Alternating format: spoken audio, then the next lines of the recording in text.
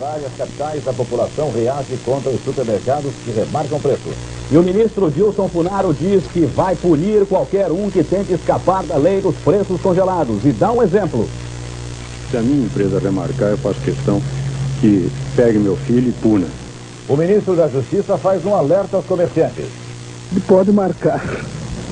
Vai ter o trabalho de desmarcar. Um só assunto na reabertura do Congresso, a cruzada contra a inflação.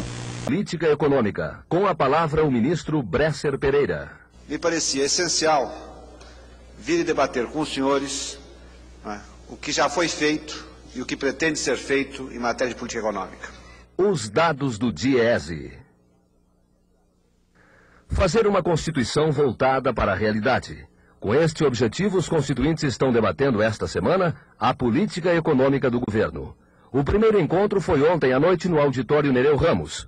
O diretor do Departamento Intersindical de Estudos Estatísticos e Socioeconômicos, o DIEESE, apresentou aos constituintes os estudos feitos sobre o Plano Bresser.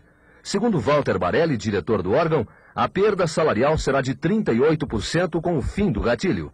Barelli disse também que o plano econômico pode provocar queda de produção, desemprego e recessão no país. Foram postos para fora milhares de trabalhadores no ABC. Isso é que é grave. E nós pensávamos que já estamos livres disso. Mas não estamos, por causa dessa subordinação, dessa subserviência da nossa política econômica ao grande capital estrangeiro, à dívida. O presidente Collor faz mudanças profundas na economia. Agora é vencer ou vencer. O Cruzeiro volta a ser a moeda nacional. A maior parte dos cruzados novos vai ficar retida nos bancos. Os preços até 15 de abril continuam iguais aos da última segunda-feira. A ministra da Economia garante que o salário real será preservado. O presidente Collor leva o plano econômico ao Congresso. Pela primeira vez, um presidente atravessa a pé a Praça dos Três Poderes com todos os ministros. Nossos comentaristas que passaram o dia todo de plantão em Brasília vão explicar nesta edição os detalhes das mudanças na economia. Veja agora no Jornal Nacional. O presidente Fernando Collor anunciou logo no início da manhã as medidas que mudam a vida do país. O anúncio foi feito numa reunião com o Ministério e as lideranças dos partidos.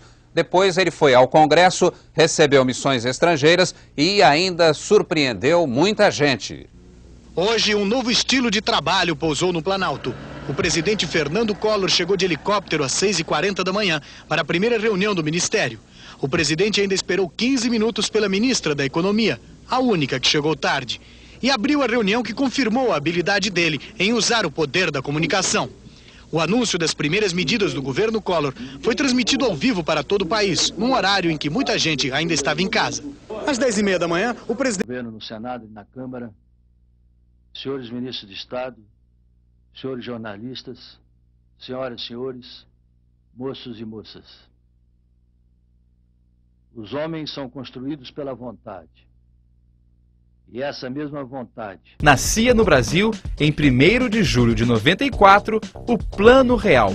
Após 6 planos econômicos fracassados, com mudanças em vírgulas, cédulas e zeros, o Real tinha como missão estabilizar a economia e acabar com a inflação, que atingia números exorbitantes e consumia o poder de compra da população.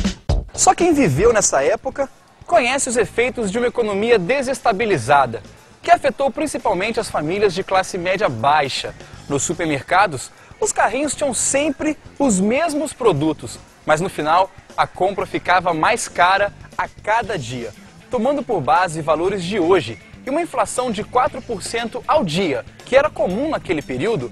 Um pacote de arroz de R$ 7,00 hoje, em uma semana, custaria R$ 9,17 e em 15 dias chegaria a R$ 12,03, um aumento de mais de 70% em apenas 2 semanas. Em 1993, a inflação chegou a impressionantes 2.477%. As promoções quase não existiam devido à inconstância do mercado. Esta máquina era o terror das donas de casa.